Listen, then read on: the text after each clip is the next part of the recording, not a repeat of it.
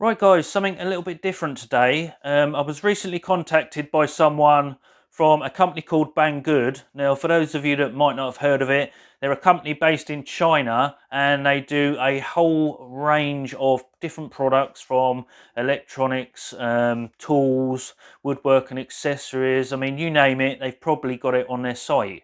So a couple of months ago, someone reached out to me asking if I fancied trying out some of their products. And because they were products that I'd kind of been pondering whether or not to buy myself, I said yes. So in this video, I'm going to be taking a look at the free items that I received. And then I want to talk about the discounts that I've managed to acquire for anyone that's interested. So if you've never looked at the Banggood website, I highly recommend at least going across and checking out the woodworking accessories that they do. If I'm honest, I had a real hard time trying to decide which items I wanted because, like I've said, there's so many nice looking items on the website, but obviously I could only choose a set amount. So I settled on three things that I thought I could use going forward, and I'm going to show you those now. Right, so the first item I want to show you is the XK2 pocket hole jig. You can see it comes nicely packaged and it's protected by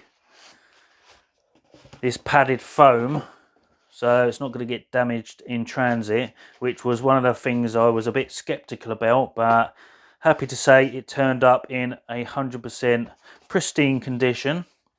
So up until recently I've been using this Craig single pocket hole jig and it's fine, it works. It's just really tedious if you've got a load of pocket holes to drill, because you've got to mess around clamping it, drilling your hole, then you've got to unclamp it, reclamp it, drill your hole, unclamp it, reclamp it, and it gets really boring really quick.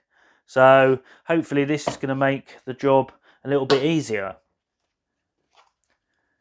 So in the box, get the drill bit and driver bit.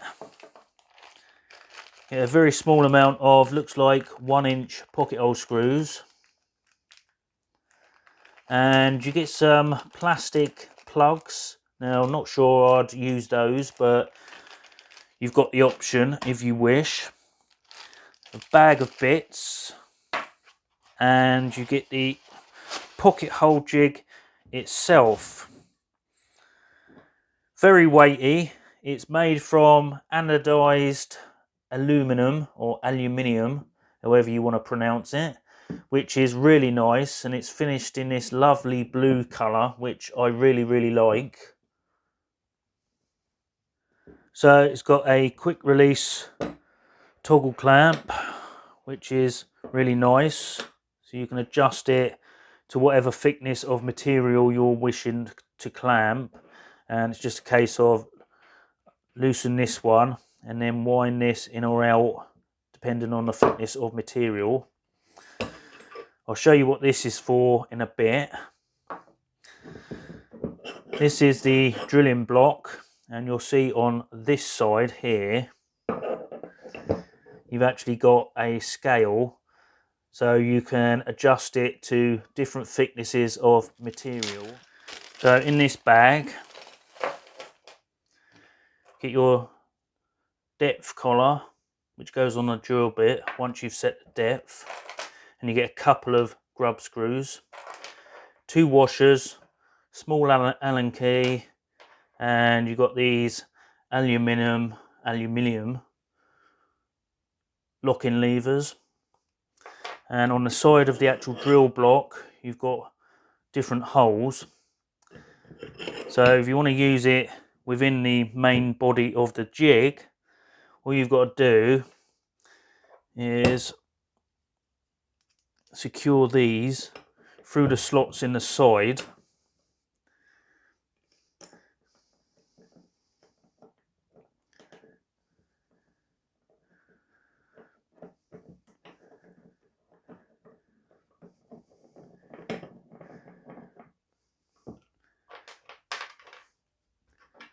Same the other side.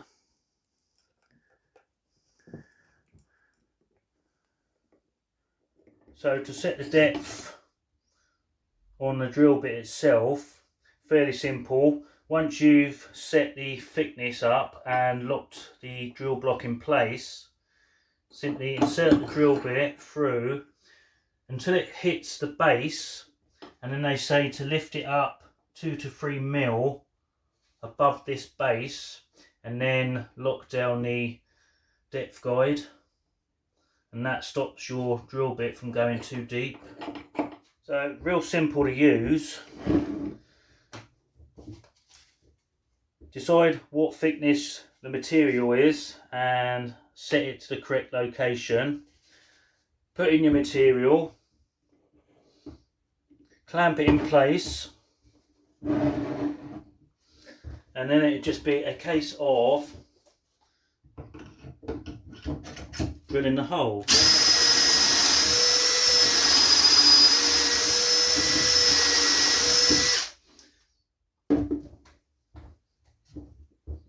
And it really is as simple as that. You get your nice pocket hole. So I showed you this piece earlier on, and in case you want to use this away from the main body of the jig, so use it on its own, you've got an arrow on the front here, and you've got a scale on this piece. So you simply line them up, and then using the same levers, just put them in.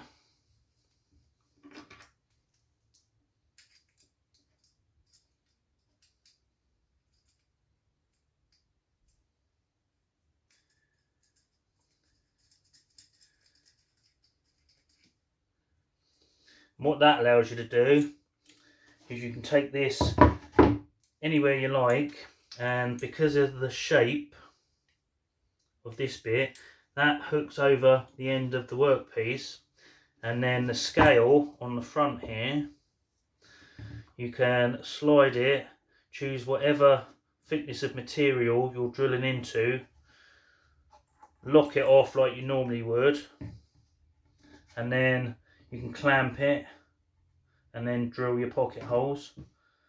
So similar to the Craig jigs, because I think you can do the same thing with their jigs, but it's a nice feature to have, and the fact that this is all anodized aluminum just makes it even nicer.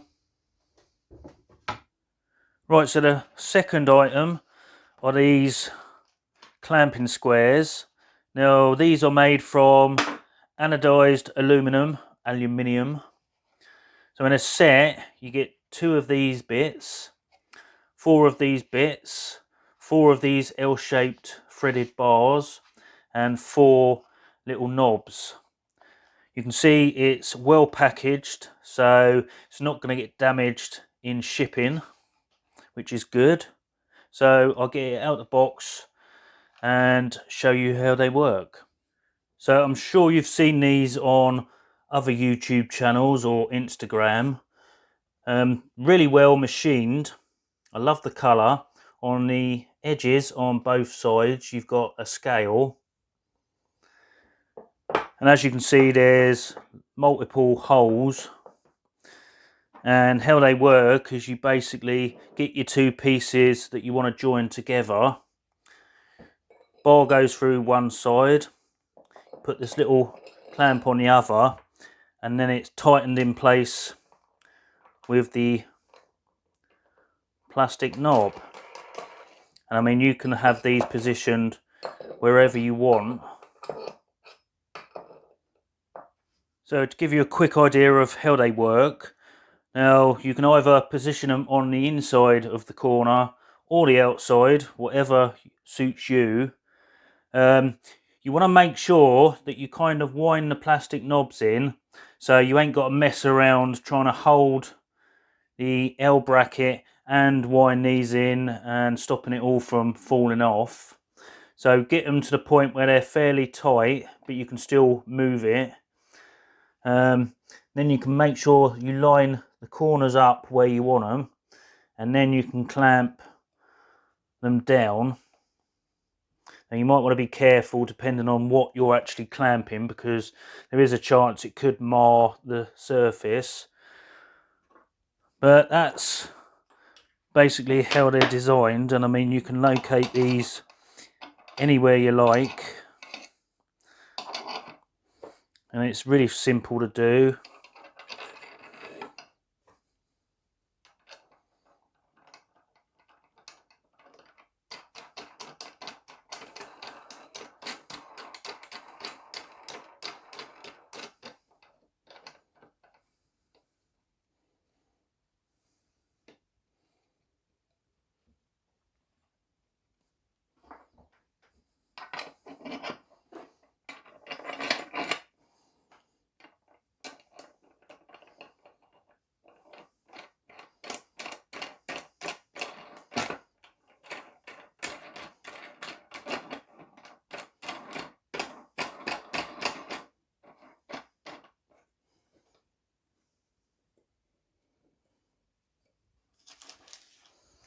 And that's it basically, and that holds it nice and secure, and you can get your screws in or whatever, or just hold it in place while it's drying or whatever. So this is the item I've been most excited about, and it is the Mitre gauge. As you can see, it comes really well packaged, all in individual boxes. So what I'll do is I'll get everything out the boxes and show you what comes in the set that I actually chose, and then we'll go from there.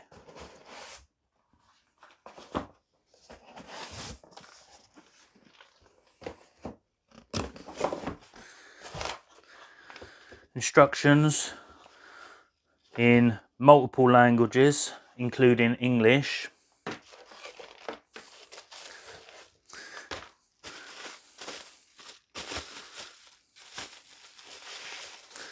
This is the main body of the Mitre gauge, and it looks like it's really well machined. I really like it.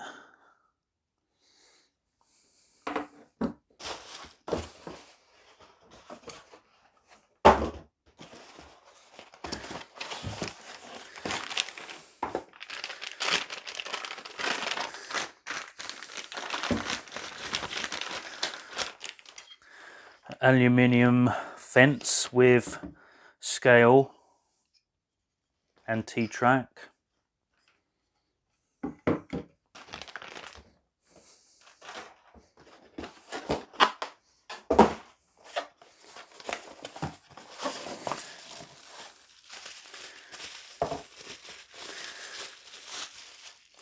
Another part of it.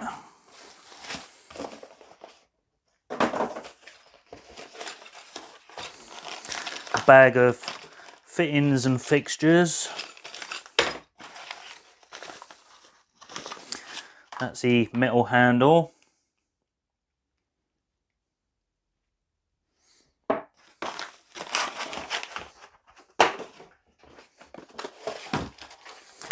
And then we have the marker and flip down stop. Really nice. Right, so I'm going to do my best to assemble it on camera. Now, there are bits that are a little bit fiddly, but it's all fairly straightforward. So, first thing you want to do, this part when it comes out the box, mine had these actually fitted in, a little tiny nut and bolt. But you take those out because you're not going to need those. And then if you look at the main part with the scale on, you've got the two slots here. What you want to do is position this side against there, so like that. So one thing to note, when I first assembled this, you've got these little adjustable grub screws in here. Make sure they're not sticking out on this side, because it won't sit flat against this section. So just be wary that they are not protruding. And then you just put that on, and the long bolts with the plastic washers on just go through from this side.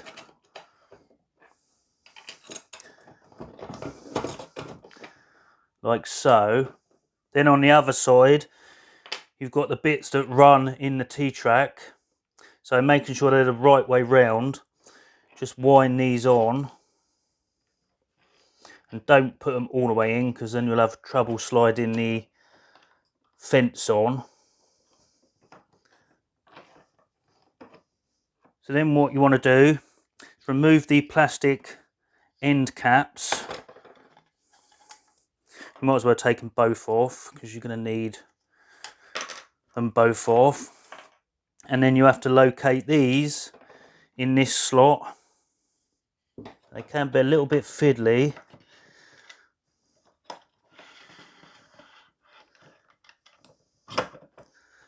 And then that can be pushed on.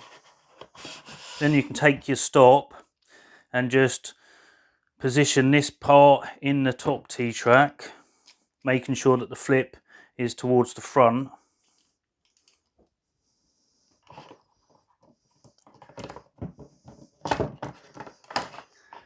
Now, it should locate, you'll know if it's not quite in line. And when it slips in to the correct position, you'll know by the way it feels. So, if you want to put this and keep it in the same position, just tighten the knob up. So, if you loosen these off and just loosen this off, that allows you to move the position of this piece, and you'll see in there's a little point, so you can fine tune to make sure it's reading right against the scale. And then once you've got it in the right place, you can just lock these back down, and that locks it firmly in place. So the last thing to do is replace the plastic caps on the end. They just push in.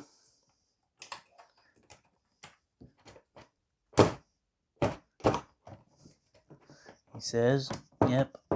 And then the handle just winds in this position. And that is basically all there is to assembling this. Right, so I've not actually tried it on my table saw yet. So slide it in. One thing I want to point out, this is designed to fit standard size mitre slots. I know for a fact it doesn't fit the Evolution Rage table saw because the mitre slots are a lot narrower. Mine are about 19 millimeters, so they're standard, and as you can see, it fits in perfectly. There is a little bit of play. You'll see side to side movement in the slot itself, and that's where these adjusters come in. By tightening these either clockwise if it's too loose,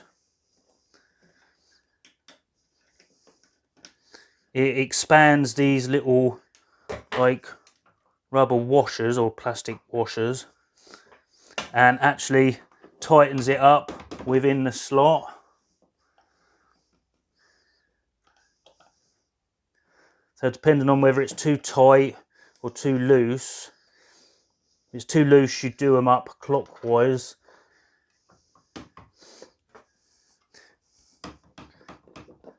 You see there's no movement that end now, but it's still moving this end, so just tighten these down a bit more.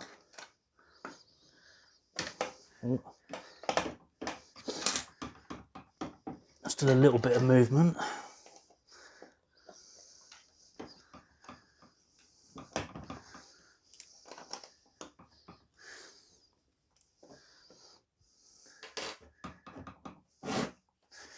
and that, as you can see, there's no movement on that, and it slides absolutely perfectly.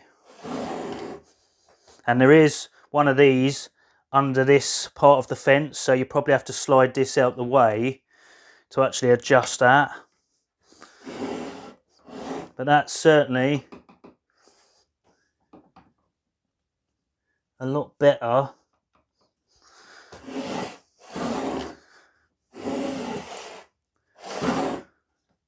than the standard mitre gauge that comes with these. Right, a couple of things just to point out quickly for anyone that's interested in purchasing anything. These actually come in 3 different sizes, so make sure you pick the size that you actually want. These are the largest ones they do, which are 160 millimeters, and they also come in singles and sets. So make sure you choose whether you want singles, a set, and the appropriate size that you actually want. As far as the mitre gauges go, I think on this particular one there's 11 different variations. You've got ones with longer fences, lower profile fences, ones with brass handles and locking nuts. You've got one that comes with the box joint jig attachment on it. So make sure you choose the option that you actually want before adding it to your basket. Alright then guys, I think that wraps that one up. So I'm going to leave links down in the video description to all the items I've featured in today's video, along with some extra. They're each got their own unique discount code, and the amount deducted from the overall price varies from item to item. So just click on the link, copy the discount code for that particular item and add it in the box provided, and that will give you your discount. So I just want to point out that these are affiliate links, so although you're getting a small discount, every purchase that is made through one of these links does earn me a few pennies. I'm not going to get rich anytime soon, I know that, but it does go towards helping the channel and the things that I do. So as always, thanks for watching, and until the next video, stay safe and you'll see me in the next one. Cheers for watching, guys.